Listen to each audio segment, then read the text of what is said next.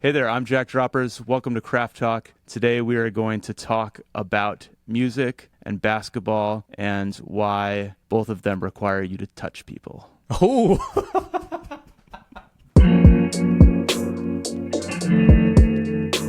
I could use just a little bit more gain if you have any. How's Perfect. Yeah. Dude, thanks for jumping on, man. Like, I'm really excited to chat with you. Yeah, thanks for having me. I was excited to get invited. I've seen and watched different clips you've uploaded to Instagram, and Yeah. I've been like, oh, this is a cool project. So Nice, dude. Thank you. I appreciate that. Before we start, though, I want to share something. So, this is a Okay. picture of me when I was a kid in the Philippines. This will all make sense in a second. Let me share my screen real quick. You're probably like, what is he about to do right now? All right, here's the picture. You see it? oh yeah, You know where I'm going Yeah. with this. Look at this. Look at this form. oh that's great. Are those Shaq shoes? Or those the Reeboks? They look like they have the pump on top. They could be. I really don't remember. But yeah, I had like Mendoza in the back. Yeah. Oh, that's awesome. That's sweet. All the way from the Philippines, I was wearing an Orlando Magic jersey. It was a Penny Hardaway, is number one. There you go. I don't actually know if you can see it, but right there is a Yeah. headshot of Penny that I Okay. keep on my wall that I probably around the same time was sent him a fan letter, and What? he mailed that framed picture of himself. So I wanted to share this with you because I was actually curious. So I lived in Orlando for about 10 years. Okay, I didn't know that. So I didn't know where your connection was to Orlando. I'll stop sharing. Yeah, So I wanted to So- start with that. yeah. So I lived there from 5 years old till I graduated high school. Okay. And grew up in Maitland, Florida, which is just outside the city. So I lived there for 13 years and was kind of a Magic fan before then because of Shaq and Penny. Yeah. And the day we moved into our apartment in Orlando was the same day that Shaq announced he was leaving for LA. Oh. And so my brother was a huge Shaq fan, and I was a huge Penny fan, and so Okay. he cried and was like, "Why did we move to this place? Shaq What? doesn't even want to be here." Yeah. And I've been a diehard Orlando Magic fan ever since, basically my whole life. I don't know when this is uploaded, but I don't know if you follow basketball at all, but there's a huge trade in the NBA today. And I was just Yeah. like, man, it's going to be hard for me Luka? to not. Yeah. It's going to be hard for me to not talk about basketball during this podcast. Right. And so it's just like, just keep it in. Like, you can use it as an analogy. And so I'm glad that you started with this, so I can just like get all my basketball energy out of the way. I could spend the entire podcast showing you all of the memorabilia that I have in this room right now. Okay. And Nice. it would fill an hour probably. This is my like home studio, but it's mainly just like Magic memorabilia everywhere. Okay. Nice. I mean, it kind of still is in line with what I wanted to talk to you about today, because it's really the thing that made me want to go, "Hey Jack, do you want to get on?" is you posted this video talking about building Legos with your kid. Yeah. Mm-hmm. And I don't know if you want to share, if you recall Yeah. what your kind of message was with this Lego setup that you had. Yeah, so I had Legos growing up, but never had like the sets that I can remember. At least I'm sure I had them, but as a kid with undiagnosed ADHD, like I was kind of like I build the set and then I'd throw them in the box with all the other Legos. Yeah. So I don't have any memories of building sets. And then when my daughter Naomi turned 3, we got her some Legos for her birthday, like Duplo Legos, and we had so much fun building it, to the point where it's like I'd take off work every Tuesday to be with her, and we were building Legos together every Tuesday for like 30 weeks straight. And I was like, you know what? Maybe I should get like a Lego set, like 'cause they make these Lego sets that are basically for adults with the brains of children, and Yeah. and so I was like, maybe I should ask for one of these for my birthday. So my wife got me this log cabin or A-frame cabin like Lego set for my birthday in November, and it was just so much fun to build. And the thing that I love the most about it, which is what that video was about, is there was just these little things that when you look at the A-frame, it's like all closed up, but you can like take the roof off. And when you take the roof off, there's this whole like interior scene that's happening, where there's like these this family, or I think it's a group of friends, and they've got like a guitar hanging on the wall, and there's a record player in it. And that is all cool and all, but then there's also these like hidden little nuggets. Like underneath the staircase, there's a frog that you can't see, but I know it's there because I built it. Right. Or like in the attic, there's a bat, like and a spider or something that's just like hidden underneath this beam, and it was it was just this reminder of like, it is so fun to play with this toy that somebody designed, and I kept thinking about the designers as I was building it, of just like they clearly had a lot of fun, and like there are like inside jokes between me as the person reading their instruction manual and the person who designed this thing, that you won't know just by like looking at the A-frame cabin. And it made me think about like my own music and other things that I do like within the creative world, and thinking about where am I putting these like almost hidden pieces of joy that are maybe just for me or just for my band, that can bring a new like life to this song we're working on, or this record that we're working on. And yeah, it was so fun to make, one, because I'm doing it with my 3-year-old, now 4-year-old. And also just because the like every piece like was so purposeful and silly and joyful that it was just like, oh man, they really nailed it with this this piece of art, essentially.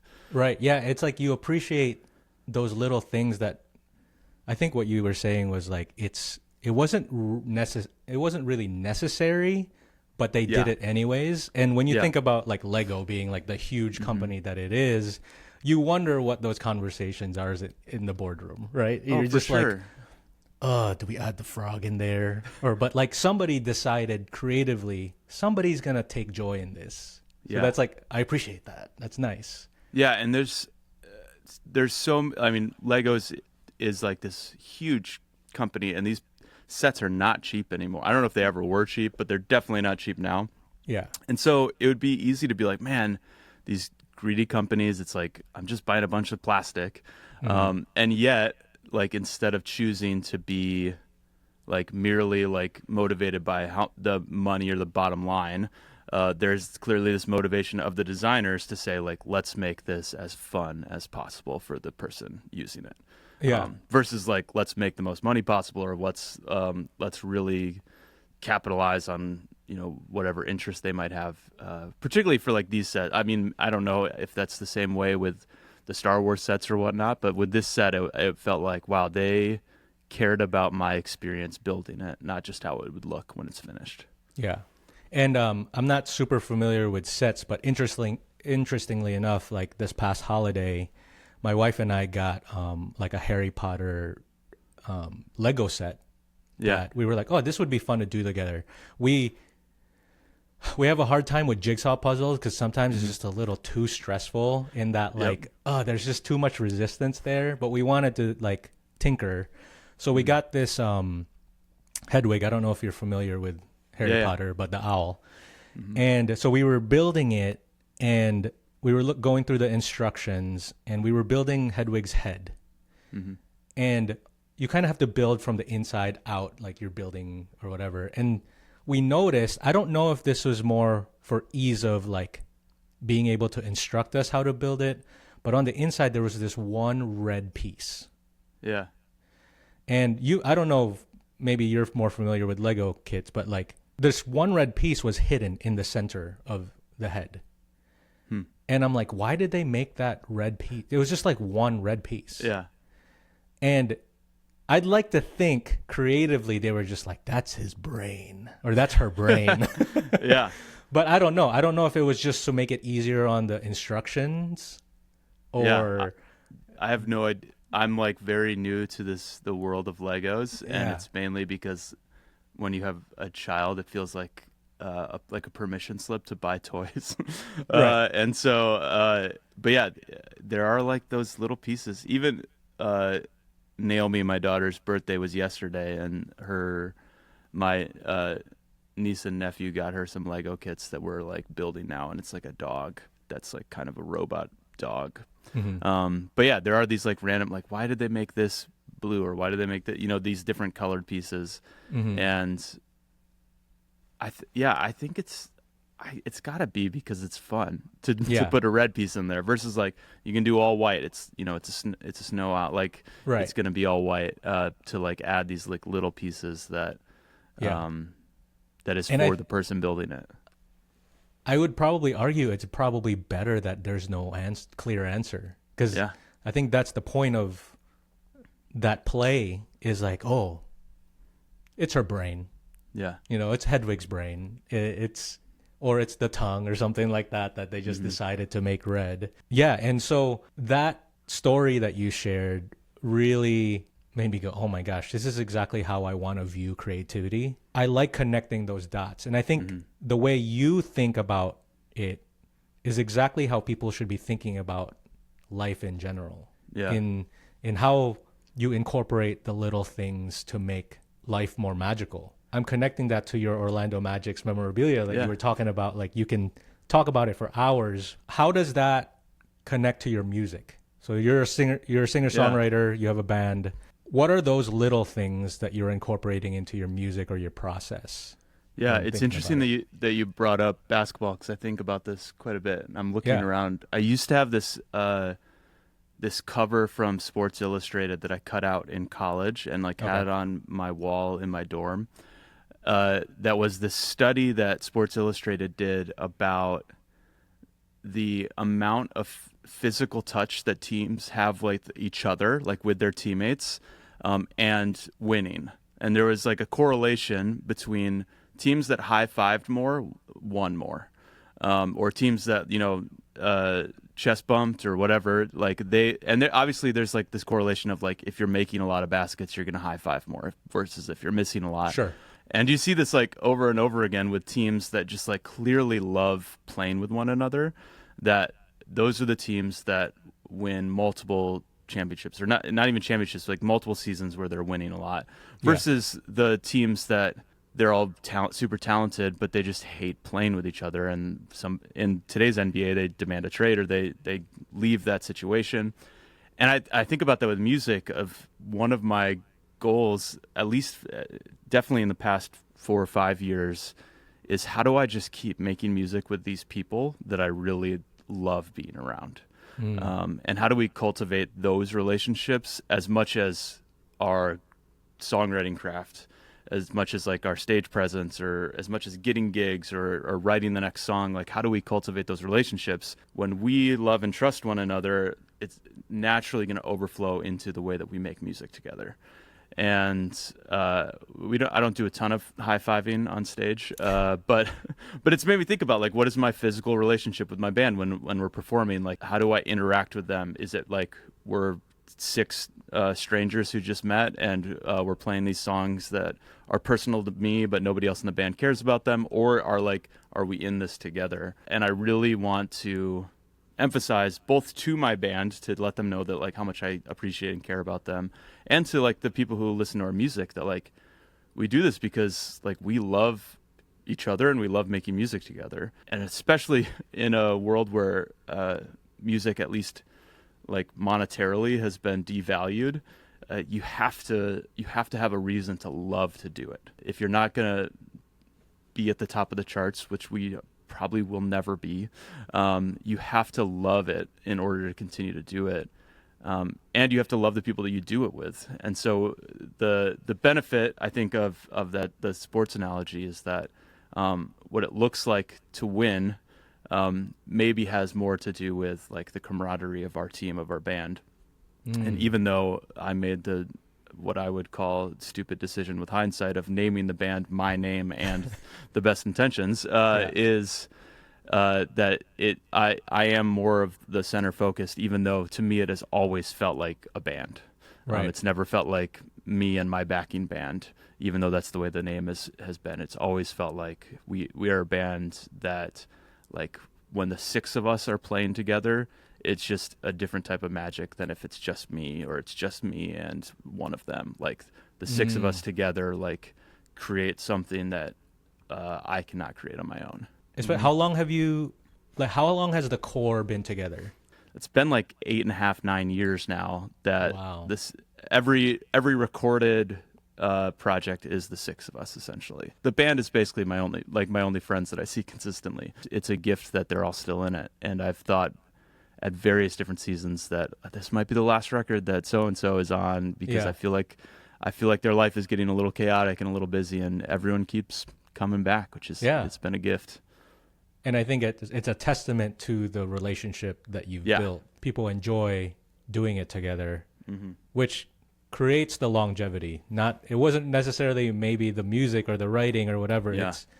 That's what creates the magic is the camaraderie there. Do you think it's one of those things where if all of your band members got replaced and the new band members were playing the same exact parts in the same kind of similar way, you'd be able to tell, right? Like, I mean, I feel like it'd be one of those things where it'd feel like a So, different band.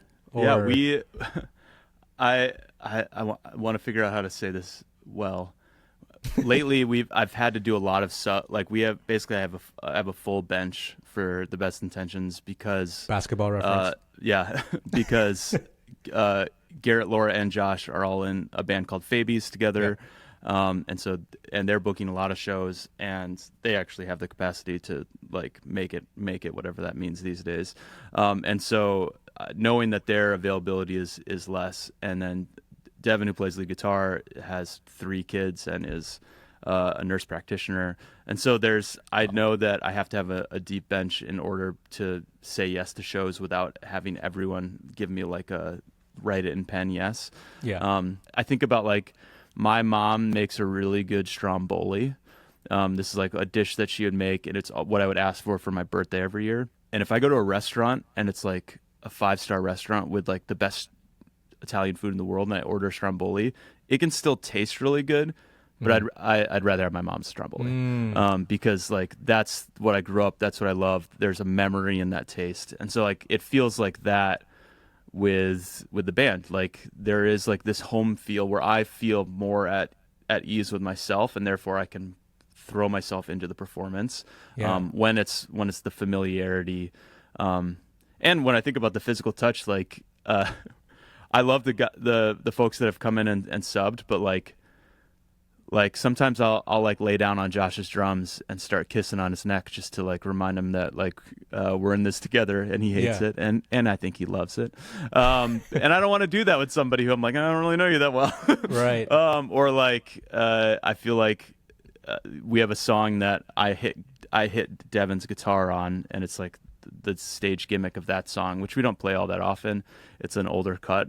But like I don't want to hit this other person's guitar, because like I know Devin's not going to get mad at me, but like that like stage gimmick that we have is like only for. And so I changed the set list, to be honest, depending on who's playing there, because there's like, even if they can learn the song, I don't want someone else to play that part, because that's like their part, and every time I hear okay. that part, I think about it. Oh, okay. So it's definitely like a comfort home feeling Mm-hmm. that you get. Everybody that you play with is super talented. Yeah, And for they sure. can bring their own flavor, Mm-hmm. the different version of the stromboli, Yeah. to your music.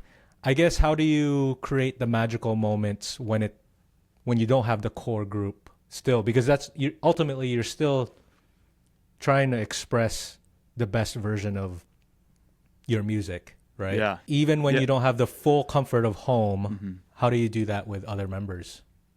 Yeah, in some ways, I mean, I think changing set lists. I don't know that the average concert goer understands how much thought goes into a set list, because particularly for bands of our size, like the typical like local band is putting out a few singles, and then they break up. We have 4 albums out, and we're heading into the studio in April to record our 5th. And so we have a lot of songs to choose from. And so the way when we have someone else stepping in is how do I adjust the set list so that we can emphasize what they're really good at. And so, for example, there's a guitarist, Josh Garvelink, who has been a pretty faithful sub for Devin. And there's a couple songs that Josh just tends to be a little bit more almost like distorted on this one part. And so like, whereas Devin has more, leans into like a more like the tone is what matters versus like the energy of the thing. And so I may miss Devin's tone on some songs, but there are some songs that we have that I'm like, I really like the way that Garvelink plays this song because it like adds a different flavor to that song. The drums are super important in a lot of our songs, and our drum sub Wayne Titus is like kind of grew up in like the math rock scene, and so like has these really like heavy cymbals that are just loud.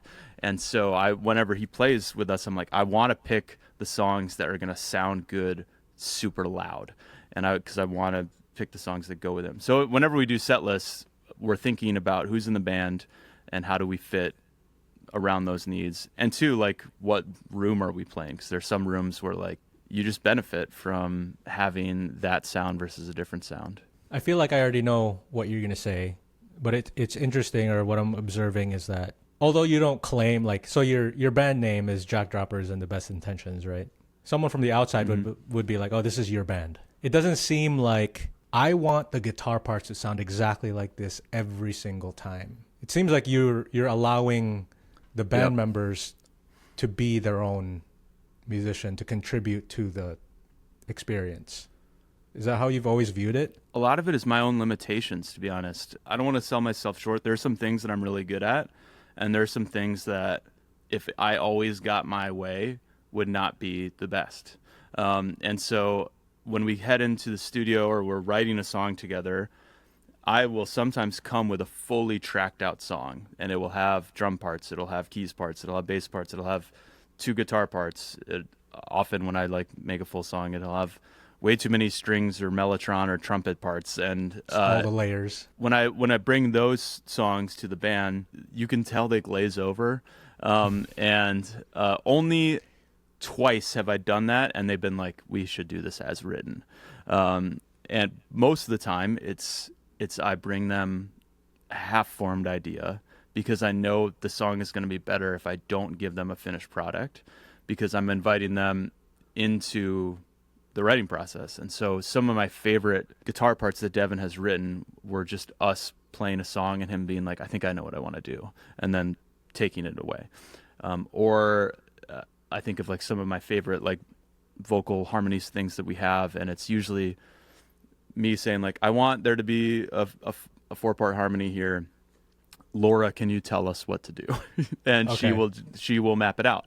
Yeah. And so my limitations in some ways are a gift to me, because then I can lean on the expertise of those in my band that can say like, we're going to take this song to a place that I could never take it alone. I'm wondering where like ego plays into this. Has it always been easy for you to be able to rely on obviously trusted people to help contribute?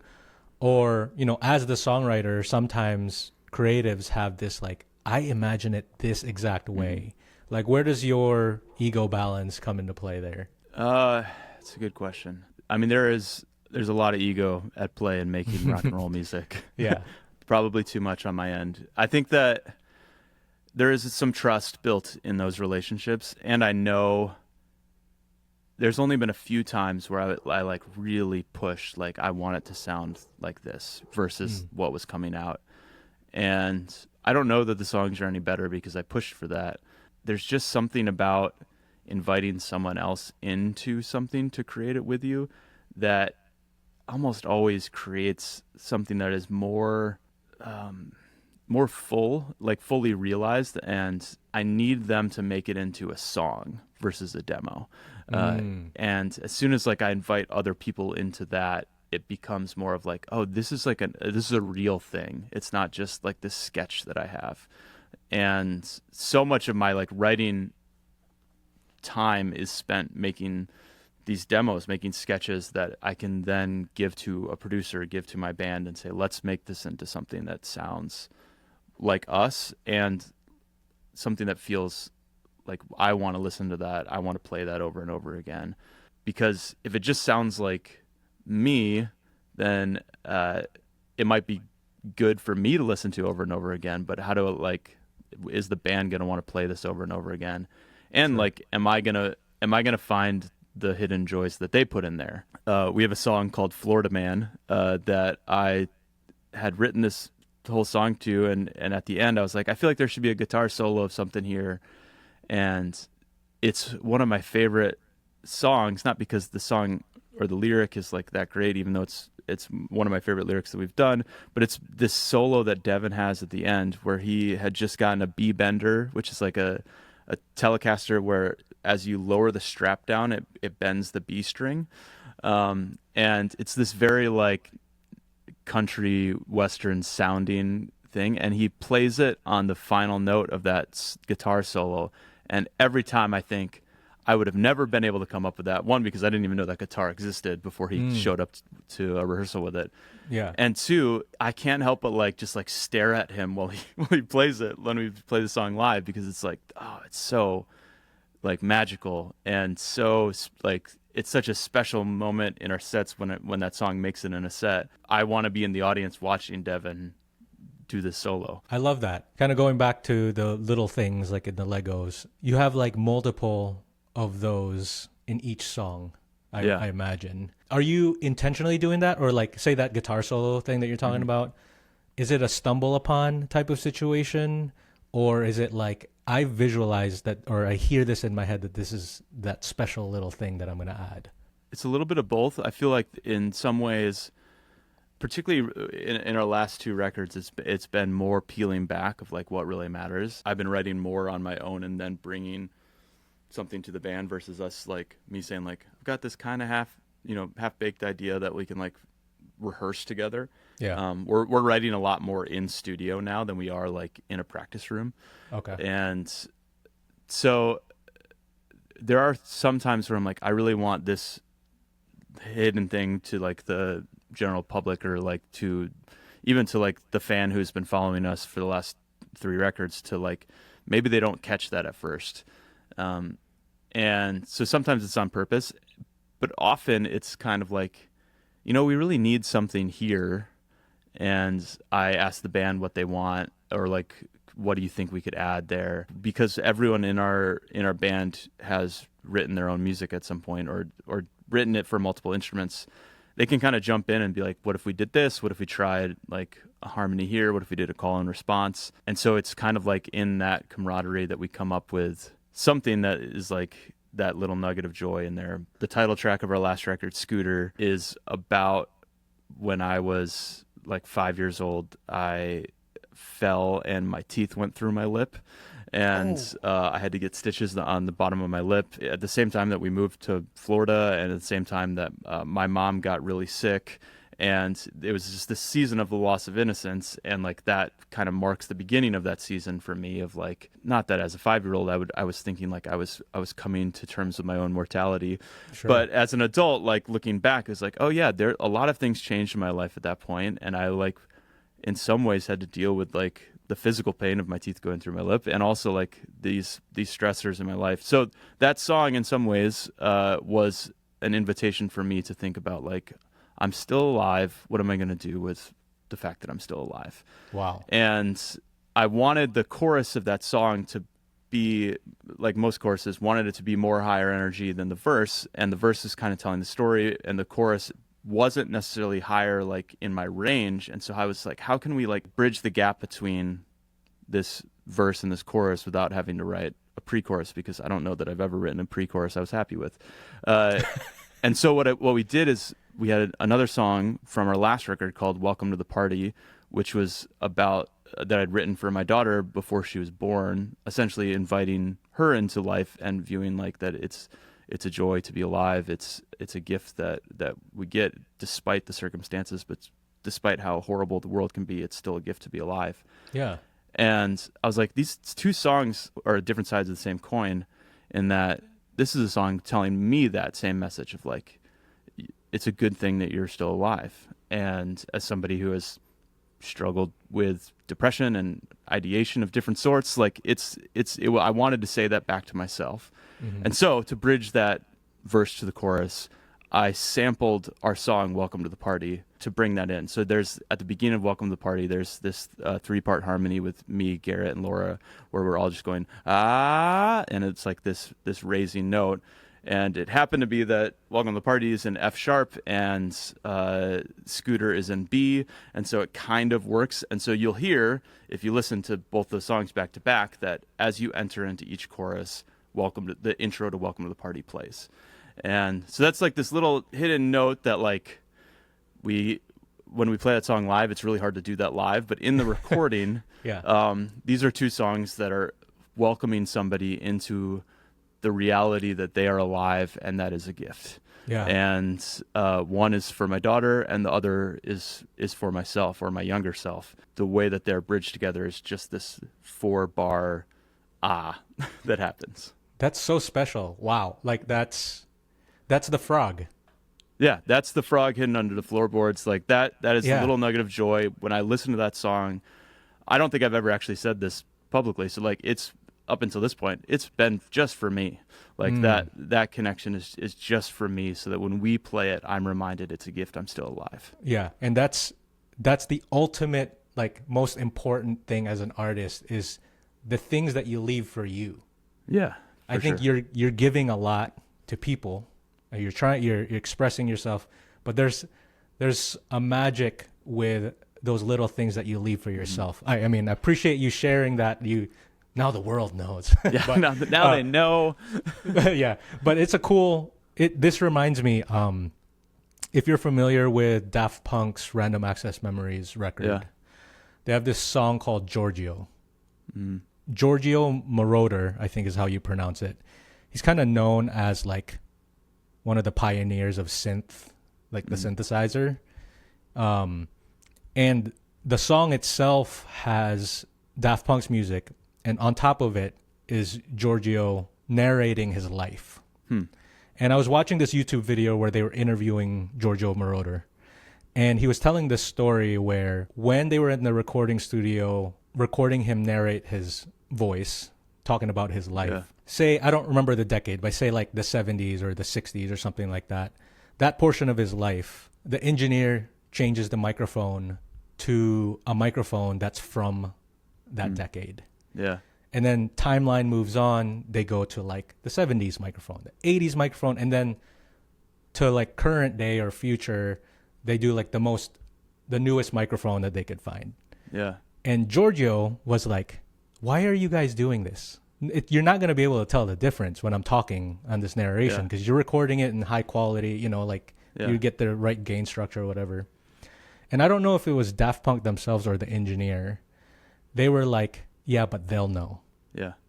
That to me is exactly the same energy that you just shared. Yes, maybe the public or the people listening might not know that detail, but the artist, that's living in them. And every time they hear it, just like you're listening to your song, it's giving you back life. I think that's like one of the coolest experiences as an artist. Yeah. And I think that one of the things I've been thinking about a lot recently is I watched this interview that popped up on every social media that I saw of some guy who was making an AI robot that writes songs for you. I don't know if you've seen this. I haven't. And essentially in the interview, he's like, songwriting is hard, and if you ever interview an artist, they're going to say like it's hard and it's pain, and this is making it so you can make any song you want without having to go through the pain of it. And it just makes my skin crawl every time that I would see this. And I think that one of the things that I keep thinking about is for work, I got to interview Bree Newsom, who's an activist. Most famously, she took down the Confederate flag in South Carolina and was like photographed doing so. And I got to interview her, and she told a group of my students essentially like when a totalitarian government comes, one of the first things they do is they try and destroy the art. And I try my best to not be an alarmist in things, but I keep thinking about the way that art and particularly music is being devalued in our current moment. Like if that is just part of the strategy, because in a world where like the internet seemingly keeps things forever, it's really hard to destroy music, but it is easy to devalue it. And I think about this present moment. Is there some desire to devalue the creative work because then those artists lose their power in some sense? And so I've even thought about this with with different songs that I'm writing right now, where there's a note that I just can't hit that well, and every producer that you work with will pull up their little auto tune, and nobody will know that it's Yeah. fixed. And I've been thinking, like, should I have more bad notes in my songs? Should I have more, like, the limitations of the microphone from the 60s? Should I be more human and more imperfect in the way that I create things? Because one, you're going to be able to tell that I made it because it's not perfect, and two, like, to emphasize that the piece of art is worth making because the making itself is a holy practice. Yeah. It's not necessarily that the song is like my offering to the world, but it's the writing of the song that's the offering to the world. And so the pain, as this, software engineer or whatever talks about, like, that is part of the gift of being a songwriter, is that you wrestle with that song until you walk away with the limp, and you have this thing that is imperfect and yet beautiful. And I keep thinking about that, and obviously I'm figuring out how to articulate it, but this idea that one of the jobs of the artist in our present moment is to celebrate the practice of making art. And as a songwriter, that means, like, being okay with the humanness of a project, and that the creating of anything is part of the joy of making art, not just the finished product, not just the things that you can, put in a, whatever these are called, in a frame, Right. when you finish a record, but the process is the gift in a lot of ways. Is the thing.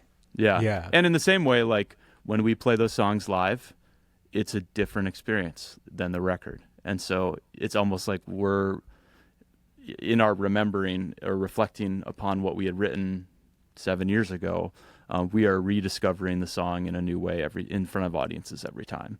Yeah. And so they're invited then to be a part of the creation process, because if they sing along, if they clap along, if they yell things at me when we're playing, like, they're a part of the songwriting at that point. That's true. That's a really great reminder. As a creative person or artist, it sometimes is difficult to remove the expectation of the final product, because it's like, that's always the goal, right? Is to finish the song, to write the song. What kind of things do you do to, like, be in the moment of, like, that creation process? Because it's nice to say right now, like, oh yeah, it's all about the journey, not the destination.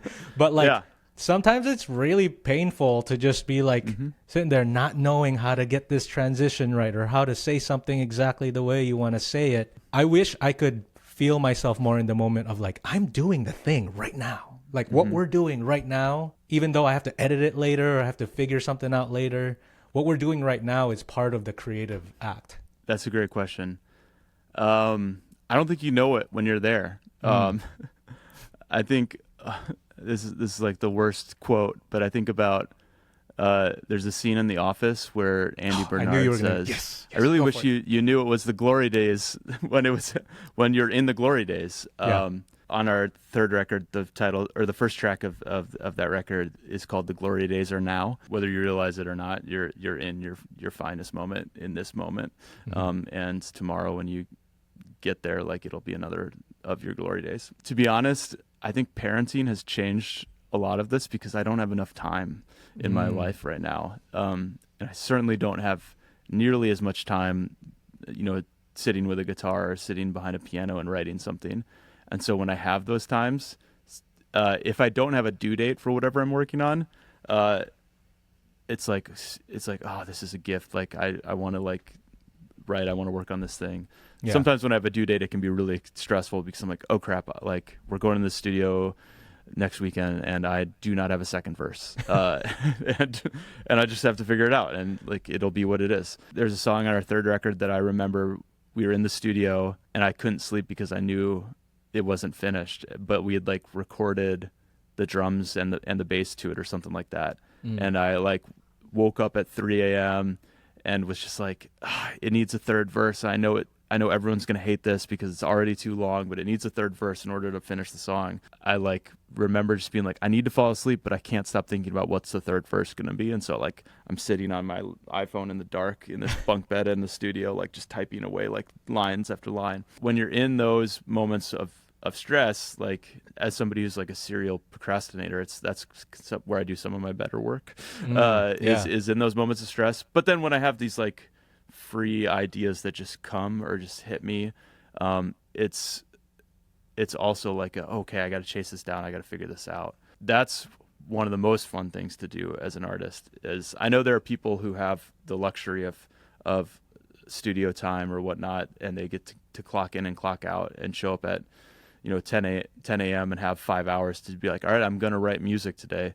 But as somebody who doesn't have that luxury, when I get an idea, I'm like, I have to chase it down. So if you go through my voice memos in my phone, so many voice memos are like me like pulling my car to the side of the road and like singing something into my phone, or frantically typing like lyrics at a coffee shop, or a lot of our last record, the demos for it, you can like hear my kid being like, "You're being too loud, Dad." Like, and I'm just like, just let me finish this one idea. Let me get this one idea down. Yeah. And it's almost like that sprint is so exhilarating, and like I'm in such a flow that in the moment I'm just like frantic. Sure.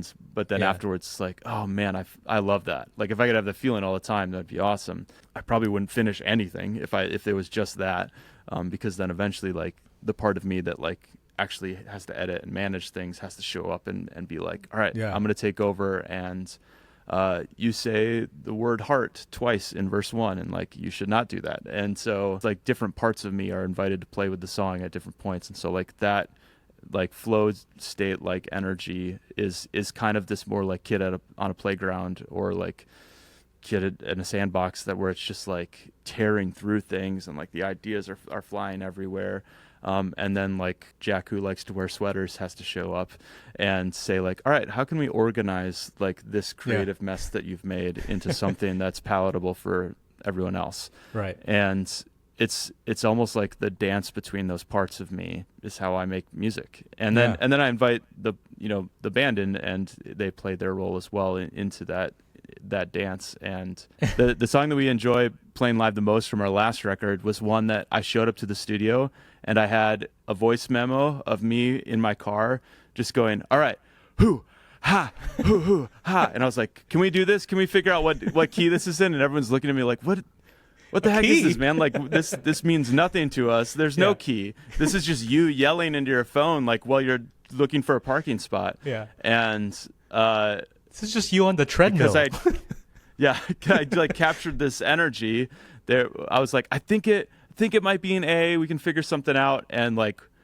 within 20 minutes, we were like had 75% of that song done. And it was like this we were like chasing after this idea that I had while searching for a parking spot, and now we're doing it in the studio. And then it was like, oh man, that's such a great song.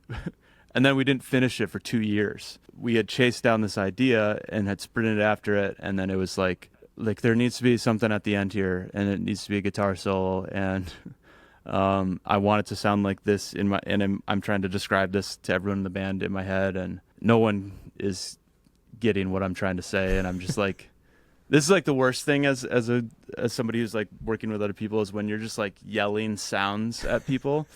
And I'm just like, I need it to be like up here, like with the, and Devin's just looking at me like, what the heck, what are you talking about? And it took like 3 months of me sending a recording of me playing guitar to our producer, and then him sending one back and like, what about this? And like, what about, and we're just like trading guitar solos back and forth, and neither of us are like Slash or any like anything. And so eventually Drew Elliott, who produced that record, sent me a guitar solo, and I was like, that's it, just make it louder and more distorted and add this part at the end, and we're good. And that song is still so fun to play, and it just started with this really bad like voice memo. And so I've been more cognizant to like, when I have that feeling, when I have an idea, to find a way to get it recorded or get it down on paper. Like something that I can come back to and say, is this anything? 75% of the time it is not like something that's going to turn into anything. But 25% it's like, this might be an idea worth chasing after. And then I try and write at least something or bring it to the band and see if we can make something out of it. Because of becoming a parent and having this limited time, it's like the limitation in some ways is a gift, because I don't take those ideas for granted. And I know that it like probably makes me more antisocial because I'm like running into the bathroom at places when I'm with other people and singing into my phone in the stall. But it's like the important thing right there. And I know that I will not be able to function at any event if I have an idea in my head that I haven't you gotta captured. Scratch the itch. Yeah. Yeah. Yeah. And I mean, that's really what, kind of going back to the beginning, you were saying that the relationship you have with your band is what kind of drives everything forward. Yeah. And I think these moments where the band is toiling away on how to get this right, that memory is going to be embedded within that song, which gives the songs more legs to live longer. Your band will enjoy performing the song more because of that kind of struggle. Like you said, in turn, I think the audience kind of hears and feels that same thing because you are enjoying yourself with it. To piggyback on that, the songs that we really struggle with, it doesn't mean that the audience is going to enjoy that song more, but they're going to enjoy the next song that we write, because we are going to intuitively trust one another and intuitively know how to write a song again together. And so even if we don't struggle on the next song, I'm going to bring it back to basketball. Yeah. Because we played in an 82 game season and we like got our butts kicked most of that season, but we did it together. The next time, as we discover what it looks like to win together, it's going to get easier because we know that nobody's going to bail when things get hard again. So in that process, like the camaraderie that you build, the connection that you have, it's the reason why these super teams in basketball rarely last more than 4 years. And I think it's the reason why most local bands rarely last more than 3 or 4 years, because they're looking for early wins or awards or streaming numbers or virality or whatever, instead of looking to build a culture. Yeah. And when you're looking to build a culture within your band, that will pay down the road as you continue to make things together. Yeah. I mean, let's just go full circle back, like you said, to basketball. Yeah. I'm thinking about when we were talking about trying to be more in the moment and trying to realize that you're in your glory days. What if a practical exercise that creative people or just anybody can do is the high five? Whether I'm talking about metaphorically or just physically high-fiving, that anchor point of good job, we're doing it. You know, like if I don't know, maybe I want to do this more, maybe just in like a virtual high five. Yeah. The people that I really appreciate online, like yourself, just like the small message, a little thing would be like, hey, I see you doing your thing, man. Like, keep doing it, because like I'm seeing it. Because a lot of times in social media, sometimes maybe it doesn't feel like people are care. Yeah, so for sure. I think, I don't know, maybe if we had more of that culture to high five each other, maybe we'll all enjoy it a little bit more. Yeah. And win championships. Yeah, for sure. Yeah, I think about my favorite artist of all time is Bruce Springsteen, and watch any live video of Bruce and Clarence. They are touching each other. Like they are not strangers on the stage together. And I think what you're saying about social media and just like when you're in a team of people, like how do I let this person know that I'm celebrating them, or that like I love being on stage with them, or I love watching them do what they do in the midst of our thing together. You win more and you enjoy the ride more when you allow yourself to do that. Yeah. Beautiful. Dude, well, let's wrap this up. I have one more question for you. What is something that you're working on to get better at the moment? Like either personally or creatively? Yeah. What you got? I talked about my procrastination earlier. I've been trying to become more disciplined in a lot of different things in my life. And part of that is just the limitations of life right now. And part of that is I am in year 6 of a PhD program, and I have struggled through it, and I have to finish this paper. Essentially, I have realized that part of me becoming disciplined is me like gamifying my discipline. So I have this app that's, I think, is like free in the App Store, called Streaks, and essentially like I write a page Monday through Friday. I write a page in my PhD a day, and I click the little box that says I did it, and because I'm at, I don't know, 100 days in a row of doing that, like I can't stop now. Like it's very hard for me to stop. And I've been doing that I've done it before with like exercising and things. So like trying to, like, what are things that I really want to just like every weekday I'm going to show up and just be super disciplined about this. Yeah. And it's benefited a lot of areas because, one, I don't have this thing just like looming over me of like, oh crap, I got to work on that thing.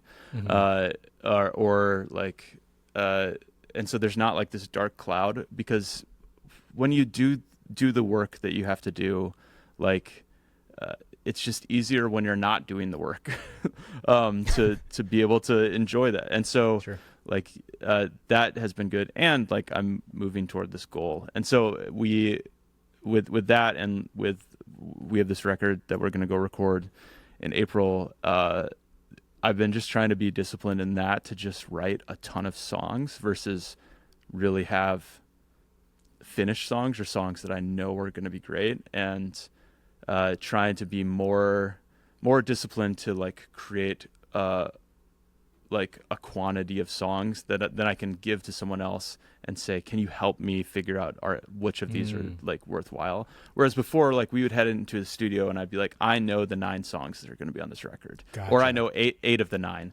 And now I want to be able to say, like, here's 30 songs. Let's figure out which 10 are worth keeping around. Yeah. And so like, I think just the discipline of being like, I'm going to finish an idea and then like not tinker with it to make it perfect before we head in the studio, but I'm going to be disciplined enough to turn the page and start the next idea, to continue to like just have a bank of demos that I can then bring to the band, bring to our producer, and say like, I've put in the hours, I've put in the time to like get these to you. Let's now edit them and make them into something that we love, versus just this idea I had in April. So are you also using that app for songwriting or just for your PhD? I haven't yet. There's like, I've also learned that I can only do so many things at a time. So I'm doing it for my PhD, and I'm doing it for running because I like to just check out, and I run at night. So I've been doing it to run a couple miles a day.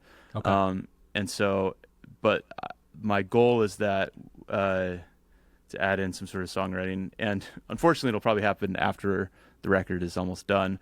But when I finish the PhD, I'm like, I'm just going to switch that into like, am I writing for 30 minutes a day or whatever time period, or if it's a demo a day or whatnot, to just like have something to tackle in that way, as that time opens up, hypothetically. Dude, that was so fun talking to you. If you're ever down, I would love to do a part 2. I had a couple things that I love where the conversation went, but I know there's other parts of your life, like from what I saw, you were like a director of student activities at a college. Yes, that's the job that pays me, actually. Yeah. So. Yeah. And like, I wanted to talk to you about being a dad. I know your wife is a writer as well, so you're like a creative family, right? So like, there's a lot of creative concepts that in itself, parenthood is a creative thing. And there's a lot of things that people can take from it. So at some point, I would love to talk to you again if you're down. Yeah, let's do it. That'd be great. All right, everybody. Thank you so much for listening to another episode of Craft Talk. Jack and Tito signing off. We'll catch you next time. Bye.